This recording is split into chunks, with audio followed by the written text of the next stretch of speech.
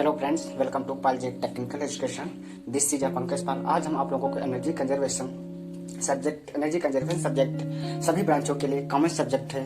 इस energy conservation subject में हम बीटीयूपी एग्जाम 2021 में आने वाले ऑब्जेक्टिव क्वेश्चंस को समझाएंगे।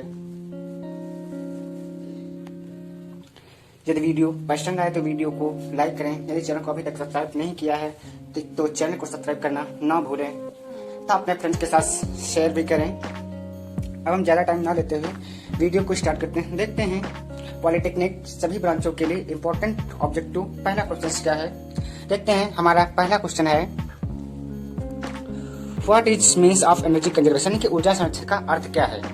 ऑप्शन ए दिया इंक्रीज इन एनर्जी कंजप्शन, ऊर्जा खपत में वृद्धि।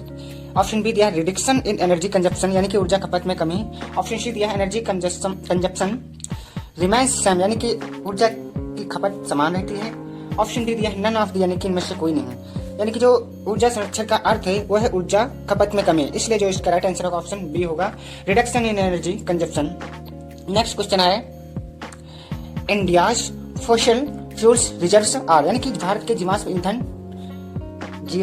जीवाश्म ईंधन भंडार हैं, यानी कि अनलिमिटेड हैं, लिमिटेड हैं, नेक्स्ट फ्यू ईयर्स यानी कि अगले कुछ वर्षों तक, नेक्स्ट 1000 ईयर्स अगले 1000 वर्ष, यानी कि जो भारत में जीवाश्म ईंधन भंडार है वो लिमिटेड है, यानी कि जो इसका राइट आंसर होगा ऑप्शन बी होगा। नेक्स्ट क्वेश्चन है इंडिया हैज व्हिच में be last for about 200 years, यानी कि भारत में है जो लगभग 200 वर्षों तक चल सकता है, यानी कि भारत में क्या है जो लगभग 200 वर्षों तक चल सकता है, यानी कि जो कोयला भंडार है वो भारत में लगभग 200 वर्षों तक चल सकता है, यानी कि कोल रिजर्व्स है जो भारत में 200 वर्षों तक चल सकता है, इसलिए ऑप्शन इसका सी राइट आंसर होगा। नेक्स्ट क्वेश्चन दिया है in Indian coal which of the following are major concern, यानी कि भारतीय कोयले में निम्नलिखित में से कौन प्रमुख चिंता का विषय है। ऑप्शन ए दिया it has high ash content, यानी कि इसमें राख की मात्रा अधिक होती है। ऑप्शन बी दिया it associated greenhouse gas emissions, यानी कि यह ग्रीन हाउस गैस उत्सर्जन से जुड़ा है, यानी कि जो ऑप्शन ए और ऑप्शन बी है ये हमारा क्या है, दोनों सही है, इसलिए इसका राइट आंसर होगा ऑप्शन सी होगा, यानी कि both A and both B. Next question है Which of the following is the fundamental concept of physics along with the conservation of momentum and conservation of mass, यानी कि संवेग संरक्षण और द्रव्य संरक्षण के साथ साथ इनमें से कौन सी भौतिकी की मूल अवधारणा है। ऑप्शन ए दिया extra demand on power system, यानी पावर सिस्टम पर अतिरिक्त मांग। ऑप्शन बी दिया कंजर्वेशन ऑफ एनर्जी, यानी कि ऊर्जा संरक्षण। ऑप्शन सी दिया इंक्रीजिंग पर कंजप्शन ऑफ इलेक्ट्रिकल, यानी कि एनर्जी, यानी कि विद्युत ऊर्जा की प्रति व्यक्ति खपत में वृद्धि। ऑप्शन डी दिया डिक्रीजिंग पर कंजप्शन ऑफ इलेक्ट्रिकल एनर्जी, यानी कि विद्युत ऊर्जा की प्रति व्यक्ति खपत में कमी, यानी कि जो हमारा इसका राइट आंसर होगा, यानी कि कंजर्वेशन ऑफ एनर्जी, यानी जो समय संरक्षण जमा संरक्षण के साथ साथ जो भौतिकी की मूल अवधारणा है, यानी कि कंजर्वेशन ऑफ एनर्जी भौतिकी की मूल अवधारणा है। नेक्स्ट क्वेश्चन दिया है total amount of energy in the universe, यानी कि ब्रह्मांड में ऊर्जा की कुल मात्रा है। ऑप्शन ए दिया है ऑलवेज चेंजेबल, यानी कि हमेशा परिवर्तनशील। ऑप्शन बी दिया है ऑलवेज इन डिक्रीजिंग, यानी कि हमेशा घटते हुए। ऑप्शन सी दिया है रिमेन्स कांस्टेंट, यानी कि स्थिर रहती है। ऑप्शन डी दिया एनी ऑफ द, यानी कि उपरोक्त में से कोई भी, यानी जो हमारा राइट आंसर होगा रिमेन्स कांस्टेंट, यानी कि स्थिर रहती है, यानी जो ब्रह्मांड में जो ऊर्जा की कुल मात्रा है वो रिमेन्स कांस्टेंट, यानी कि स्थिर रहती है, इसलिए इसका राइट आंसर ऑप्शन सी होगा। नेक्स्ट क्वेश्चन दिया है द एनर्जी, यानी कि ऊर्जा है। ऑप्शन ए दिया है नेदर क्रिएटेड, यानी कि ना तो बनाया गया। ऑप्शन बी दिया नॉर डिस्ट्रॉयड, और यानी कि और ना ही नष्ट। ऑप्शन सी दिया बोथ ए एंड बी, यानी कि ए और बी दोनों। ऑप्शन डी है ओनली बी, यानी कि केवल बी, यानी जो ऊर्जा हम जानते हैं कि जो एनर्जी होती है, एनर्जी को ना तो उत्पन्न किया जा सकता है और ना ही नष्ट किया जा सकता है, इसलिए जिसका राइट आंसर होगा ऑप्शन सी होगा, यानी कि ऊर्जा को ना तो बनाया जा सकता है और ना ही नष्ट किया जा सकता है। नेक्स्ट क्वेश्चन है which of the following is या are true of energy in the universe, यानी कि ब्रह्मांड में ऊर्जा के बारे में निम्नलिखित में से कौन सा सत्य है। ऑप्शन ए दिया है energy can be converted from one form to other form, यानी कि ऊर्जा को एक रूप से दूसरे रूप में परिवर्तित किया जा सकता है। हाँ, यानी कि हाँ, ऊर्जा को एक रूप से दूसरे रूप में परिवर्तित किया जा सकता है, यानी कि जो इसका राइट आंसर, राइट, ये भी सत्य है। ऑप्शन बी दिया है total energy with in the domain is constant, यानी कि डोमेन के भीतर कुल ऊर्जा स्थिर रहती है, यानी कि ये भी सही है। ऑप्शन बी दिया है energy neither created not destroyed, यानी कि ऊर्जा न तो बनाई जा सकती है और न ही नष्ट की जा सकती है, यानी कि जो हमारे ऑप्शन ए बी सी ये ऑप्शन दिए हैं ये सभी सही है, इसलिए जो इसका राइट आंसर होगा ऑप्शन डी, यानी कि ऑल ऑफ द, यानी कि उपरोक्त सभी। नेक्स्ट क्वेश्चन दिया है which of the following plays on important or crucial role to accelerate the development process and meet increasing energy demand, यानी कि निम्नलिखित में से कौन विकास प्रक्रिया में तेजी लाने और ऊर्जा की बढ़ती मांग को पूरा करने के लिए महत्वपूर्ण भूमिका निभाता है, यानी जो एनर्जी कंजर्वेशन होता है, यानी कि ऊर्जा का संरक्षण होता है, वो विकास प्रक्रिया में तेजी लाने और ऊर्जा की बढ़ती मांग को पूरा करने के लिए महत्वपूर्ण भूमिका निभाता है।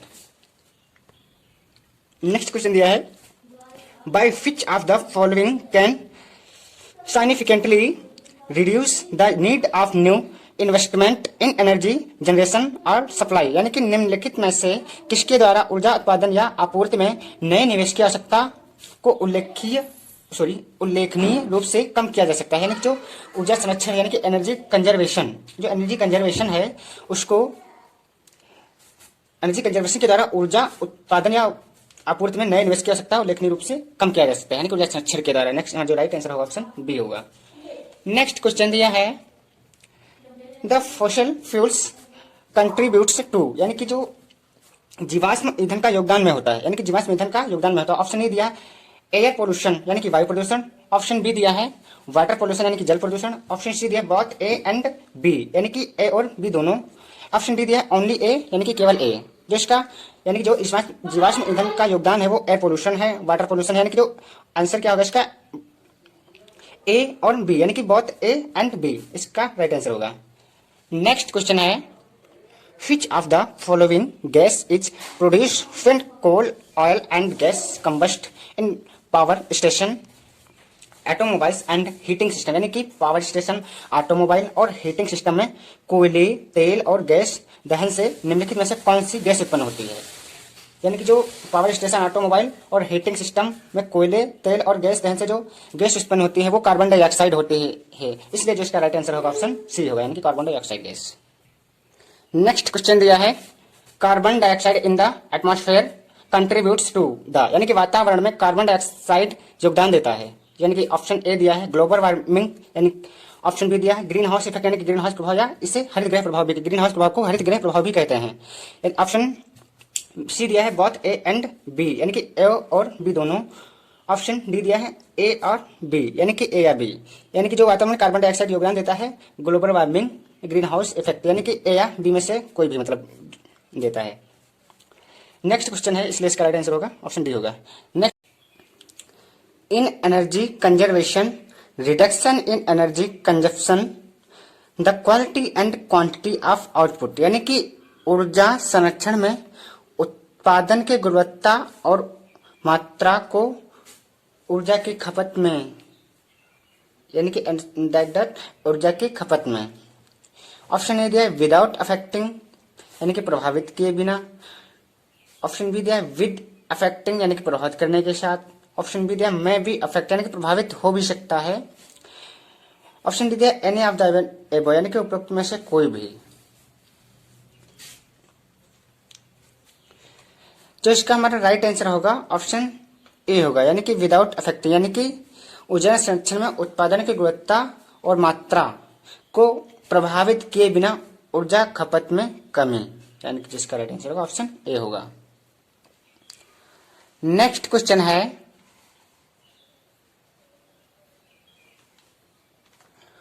What are the impact of global warming, यानी कि ग्लोबल वार्मिंग के क्या प्रभाव हैं। ऑप्शन ए दिया है वेदर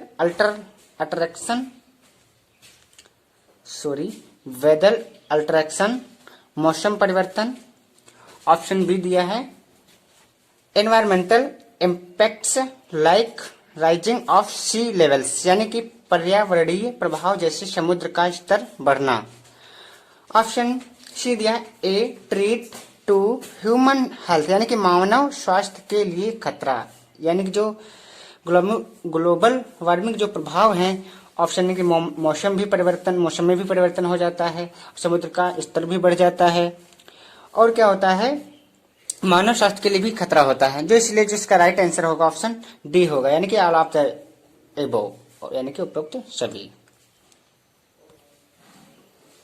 नेक्स्ट क्वेश्चन दिया है, which of the following gas in react with water and oxygen in the clouds to form acid rain, यानी कि निम्नलिखित में से कौन सी गैस बादलों में पानी और ऑक्सीजन के साथ क्रिया करके अम्लीय वर्षा बनाती है। यानी कि जो सल्फर डाइऑक्साइड गैस होती है, यानी कि सल्फर डाइऑक्साइड गैस होती है, वो बादलों में पानी और ऑक्सीजन के साथ क्रिया करके अम्लीय वर्षा बनाती है। ये जो इसका राइट आंसर होगा ऑप्शन सी होगा।